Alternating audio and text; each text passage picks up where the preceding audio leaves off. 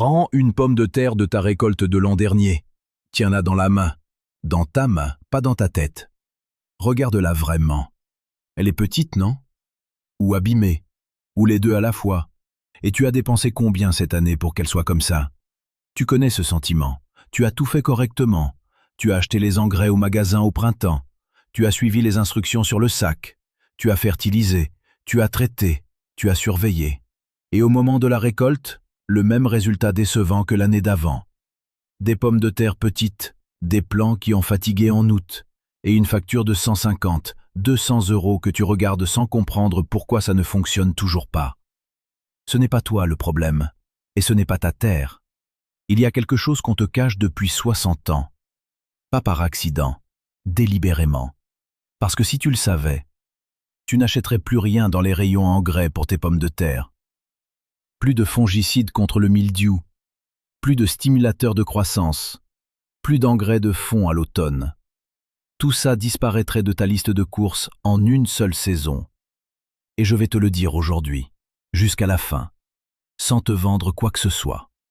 En mars 1961, un agronome du nom d'Henri Moreau a soumis un rapport de 12 pages à sa hiérarchie à la station d'essai agricole de Côte d'Or. 3 ans de travail rigoureux. 6 parcelles de pommes de terre, même variété, même exposition, même sol. Les résultats qu'il avait obtenus étaient sans ambiguïté et sans précédent. Les parcelles traitées à la cendre de bois, uniquement à la cendre, rien d'autre, avaient donné 3 fois plus de tubercules que les parcelles traitées aux engrais chimiques standards. 3 fois. Pas 30% de mieux. 3 fois. Tu sais ce qui s'est passé ensuite? Le rapport a été rangé dans un tiroir. Henri Moreau a été muté dans un programme de sélection variétale en Normandie. Et pendant 60 ans, des millions de jardiniers en France ont continué à acheter des engrais pour leurs pommes de terre, sans jamais entendre parler de ce que ces 6 parcelles avaient prouvé. Aujourd'hui, c'est fini. Je te raconte tout. Tu n'es pas stupide. Et tu n'es pas un mauvais jardinier.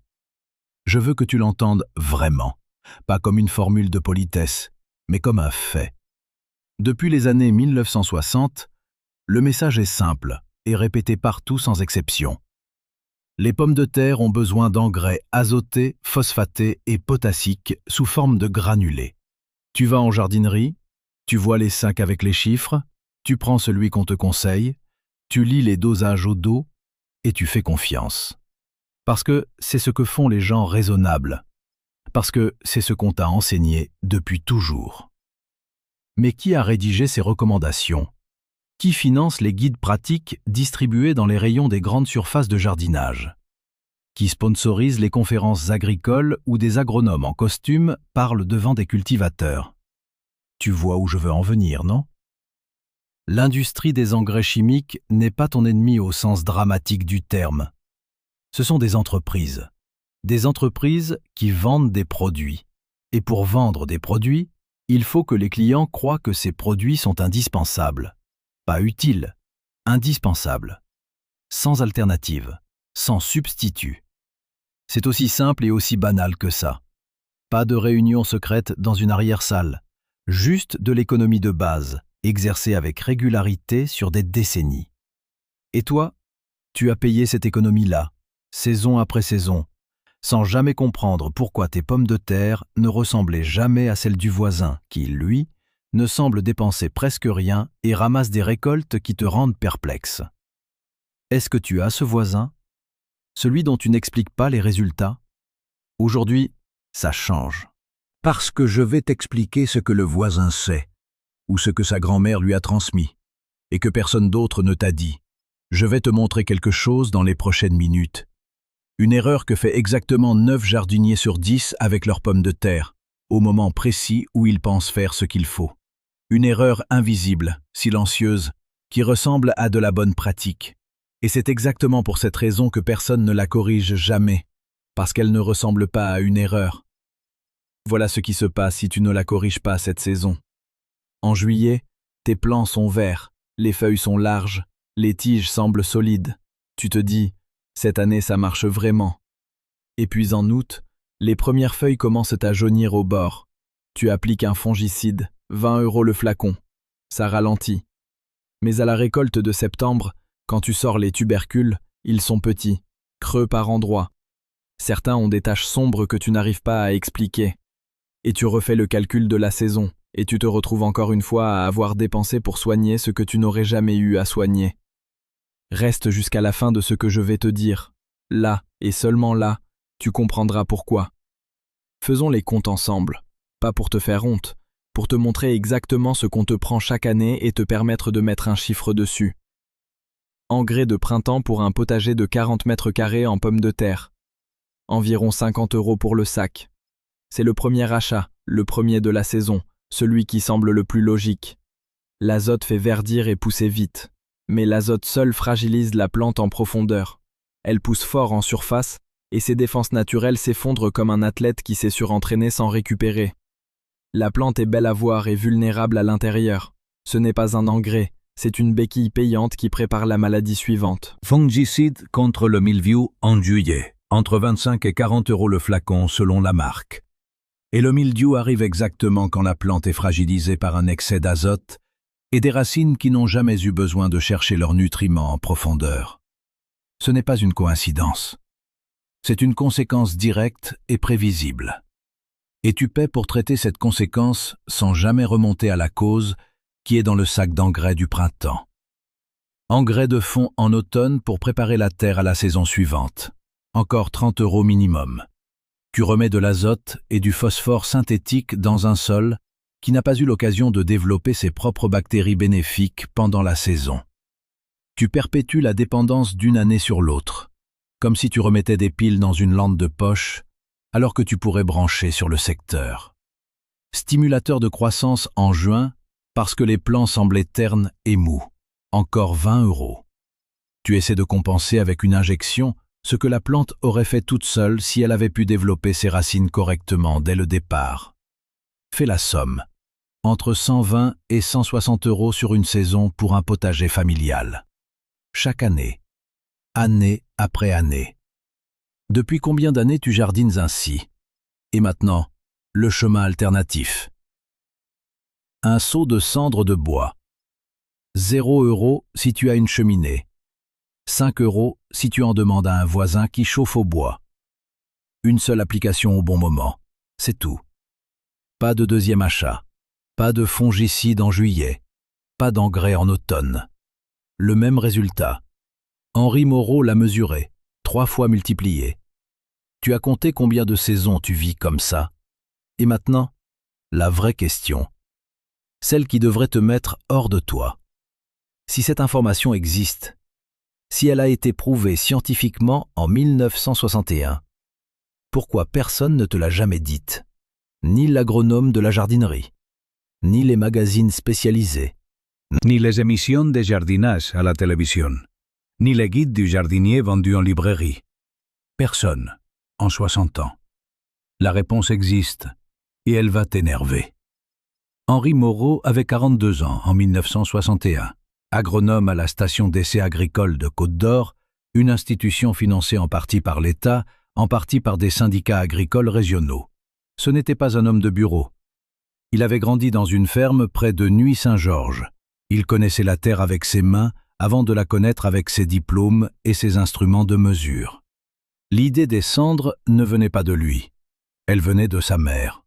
Chaque automne, avant l'hiver, avant de rentrer les pots de géranium, elle répandait les cendres du poêle à bois autour des pieds de ses rosiers et aux pieds de ses légumes racines.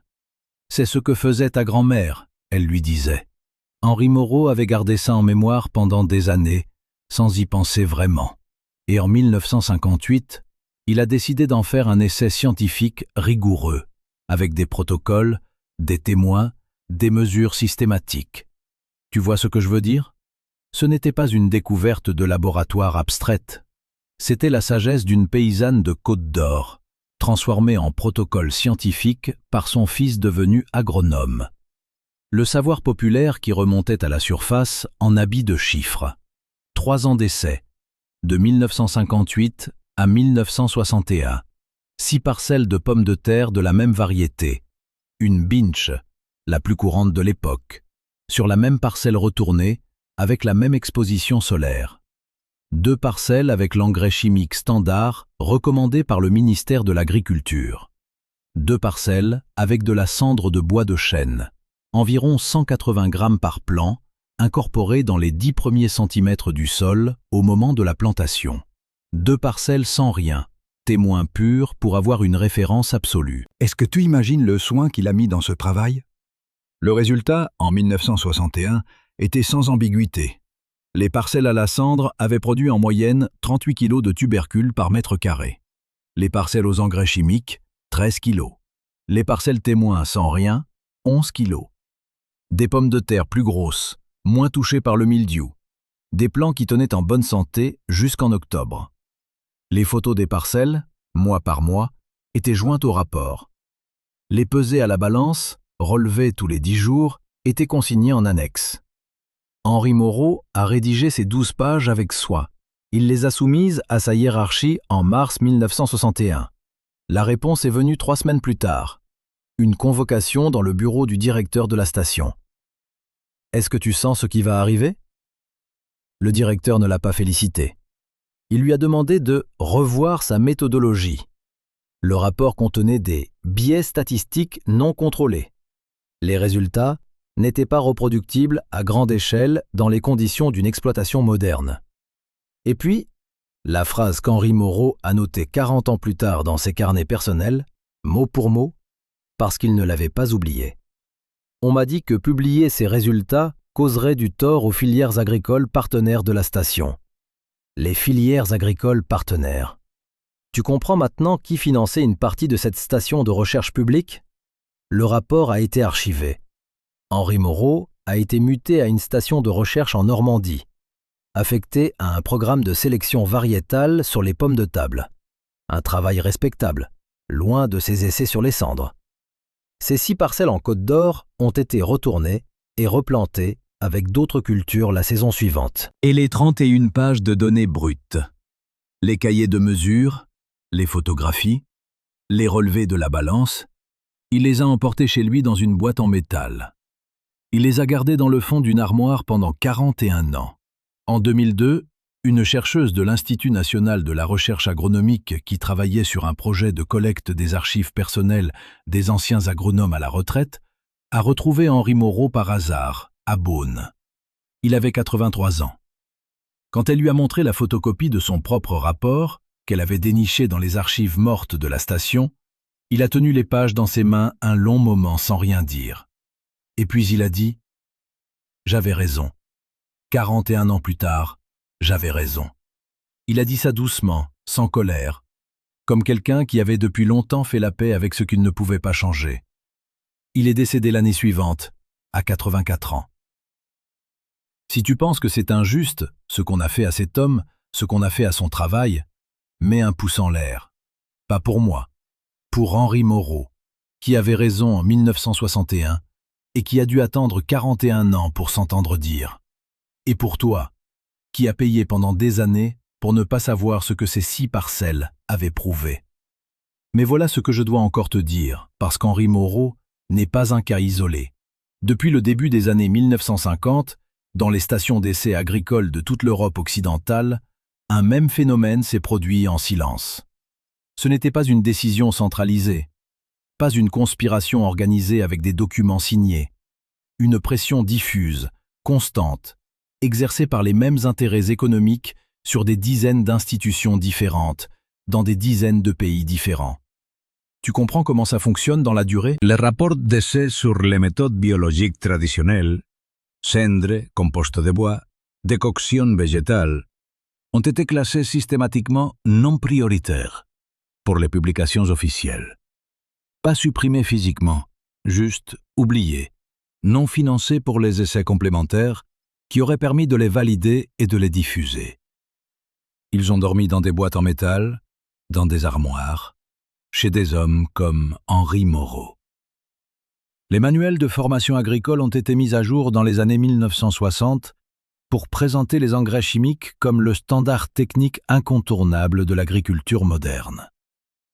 Les méthodes traditionnelles y ont été décrites comme insuffisamment documentées, ce qui était vrai, justement parce qu'on avait cessé de les documenter.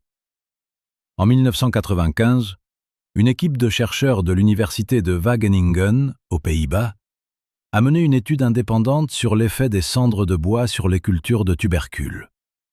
Leurs conclusions ont confirmé exactement ce qu'Henri Moreau avait mesuré 34 ans plus tôt.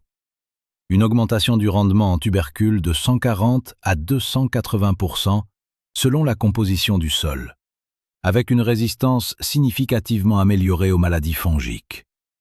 L'étude a été publiée dans une revue agricole spécialisée néerlandaise, distribuée à quelques milliers d'abonnés professionnels. Jamais traduite en français. Jamais mentionnée dans les magazines de jardinage à grande diffusion. Et à ce jour, si tu prends le guide du jardinier français le plus vendu, celui qu'on trouve partout, la cendre y est mentionnée en 1 ligne et demie, dans la liste des amendements facultatifs. Pas comme méthode principale, pas avec le protocole qui fait toute la différence. Une mention, juste assez pour dire qu'on ne l'a pas caché. Est-ce que tu vois la mécanique? Maintenant, écris dans les commentaires ta région et le problème que tu rencontres le plus souvent avec tes pommes de terre. Mildiou, petits tubercules, plants qui fatiguent en août. Je lis tout. Et les cas les plus fréquents, je les traite dans les prochains épisodes avec des protocoles adaptés à chaque région. Maintenant, parlons de ce qui se passe vraiment dans le sol quand tu apportes de la cendre. Parce que comprendre le mécanisme en profondeur, c'est comprendre pourquoi ce résultat ne peut pas ne pas se produire. Et c'est ce qui te permet de ne plus jamais en douter. La cendre de bois, c'est ce qui reste quand le bois brûle. Tous les composés organiques volatiles partent dans la fumée et la chaleur. Ce qui reste, ce résidu gris, léger, que tu jettes sans y penser depuis des années, c'est une concentration de minéraux que l'arbre a mis des dizaines d'années à accumuler lentement dans ses fibres. Du potassium, du calcium, du magnésium, du phosphore, du soufre. Pas sous forme synthétique, compressé dans un granulé d'usine, sous forme de sel naturel, déjà décomposé par la chaleur, directement disponible pour les racines sans aucune transformation intermédiaire. Tu vois la différence fondamentale? L'engrais chimique fonctionne comme une perfusion intraveineuse. Il court-circuite le système de la plante. Il lui livre directement, en dehors du sol, ce dont elle a besoin sans qu'elle ait à le chercher. Ce qui semble efficace à court terme. Mais une plante qui ne cherche pas ses nutriments ne développe pas son système racinaire en profondeur. Elle reste en surface, à 5 ou 10 cm. Et une racine qui reste en surface est une racine qui souffre dès que juillet arrive et que le sol du dessus se dessèche. La cendre fonctionne différemment. Elle n'injecte pas, elle enrichit l'environnement autour des racines. Les racines de la pomme de terre trouvent les minéraux dans le sol, à leur propre rythme, en descendant les chercher à 20, 30, 40 cm de profondeur. Et en descendant les chercher, elles creusent, elles s'ancrent. Elles deviennent ce qu'on peut appeler une pompe racinaire, un système autonome qui continue à travailler même quand il ne pleut pas, même quand tu n'es pas là avec ton arrosoir. La racine va chercher l'eau où elle est, là où la terre reste fraîche et humide, même en pleine canicule de juillet. C'est pour ça que les plants traités à la cendre résistent autrement à la sécheresse. Pas parce que la cendre hydrate, elle ne contient pas d'eau. Parce que la racine a appris à chercher l'eau là où elle se trouve. Mais il y a un deuxième mécanisme, et c'est là que ça devient vraiment important. La cendre de bois est fortement alcaline.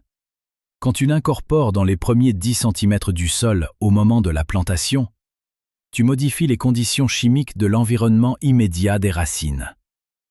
Tu crées ce qu'on peut appeler un rempart alcalin, une zone à acidité basse autour du tubercule en développement. Et le champignon responsable du mildiou des pommes de terre, ce fléau que tu connais bien, se développe dans des conditions acides à neutres. Il ne survit pas dans un environnement suffisamment alcalin. Il ne peut pas s'installer. Tu comprends ce que ça signifie dans la pratique? Tu ne pulvérises plus un fongicide sur les feuilles pour tuer le mildiou quand il est déjà là, et qu'il est déjà trop tard pour vraiment inverser les choses.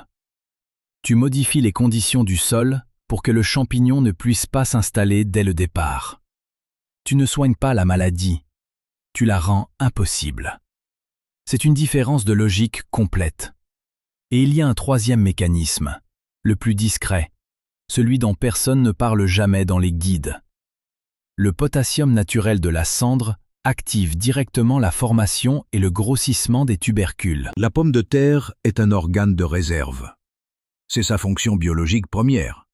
Pour gonfler, pour grossir, pour accumuler l'amidon, elle a besoin de potassium disponible. Pas d'azote.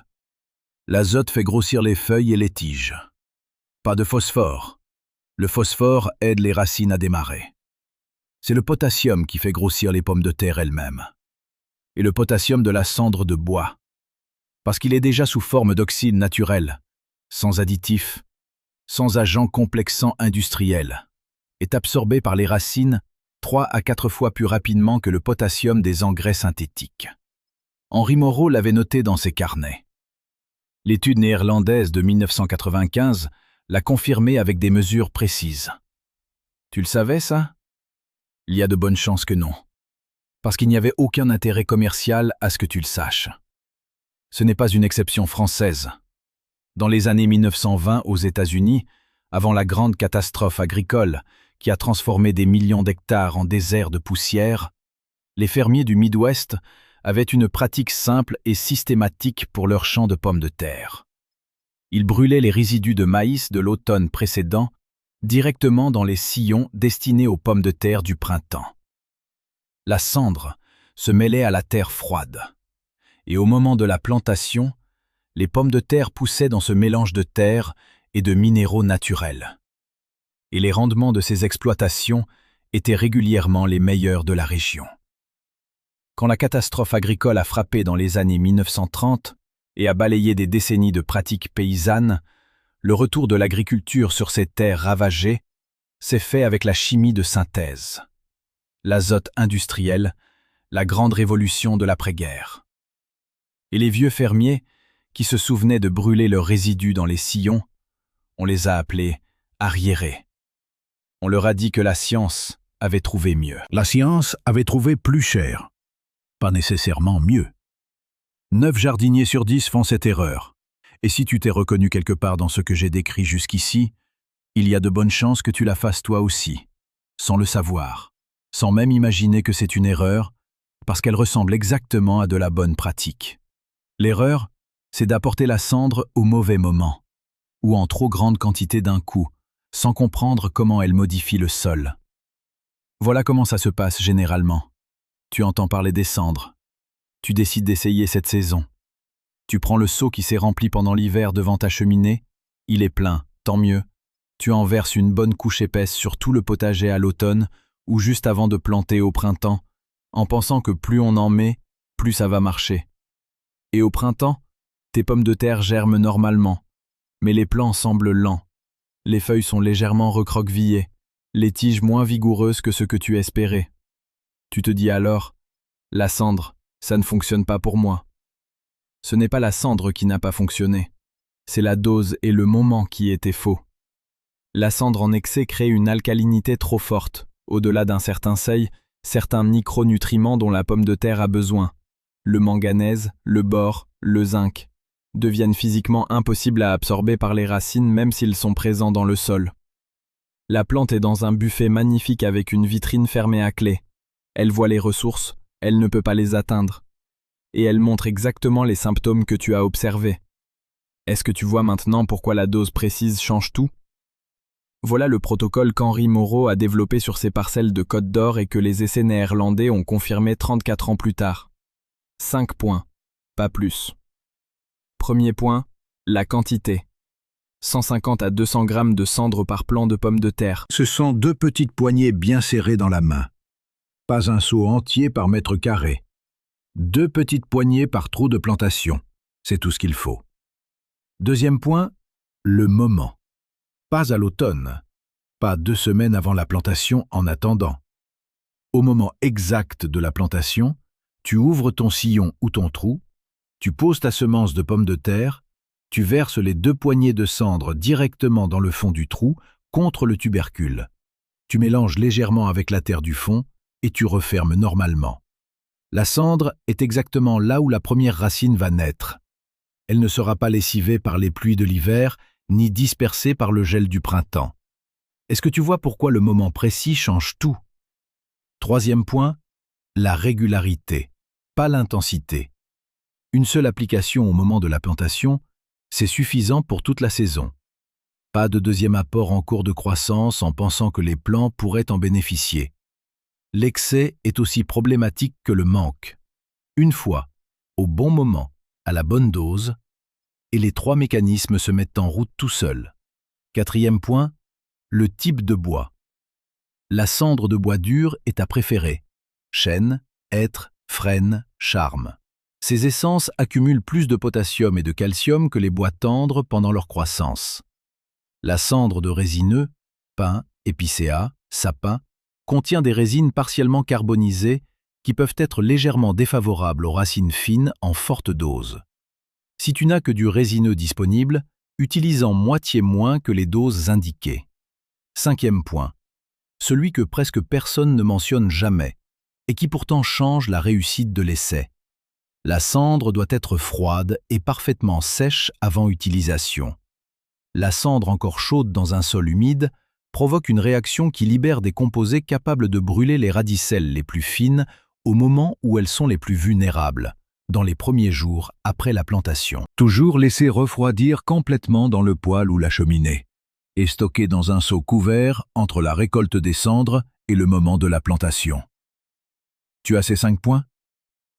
C'est tout ce que tu as besoin de savoir pour que ça fonctionne. Maintenant, assemblons tout ce qu'on a vu ensemble. La pompe racinaire.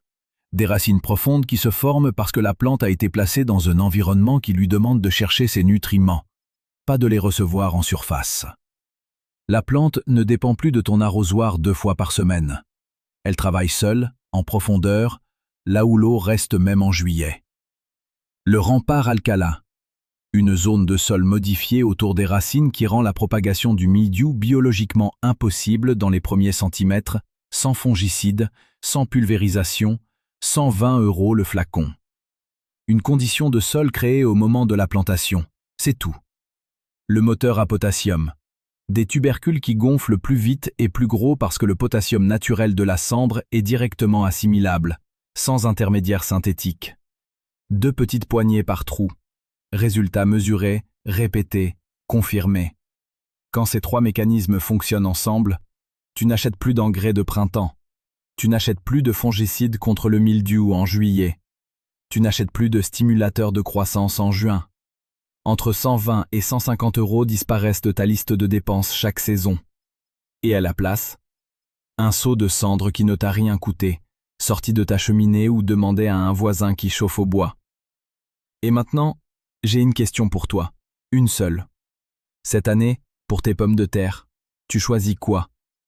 Option A. Tu continues comme avant. Engrais de printemps, fongicide en juillet, stimulateur en juin si les plants semblent ternes. Environ 150 € la saison. Et le même résultat qu'avant.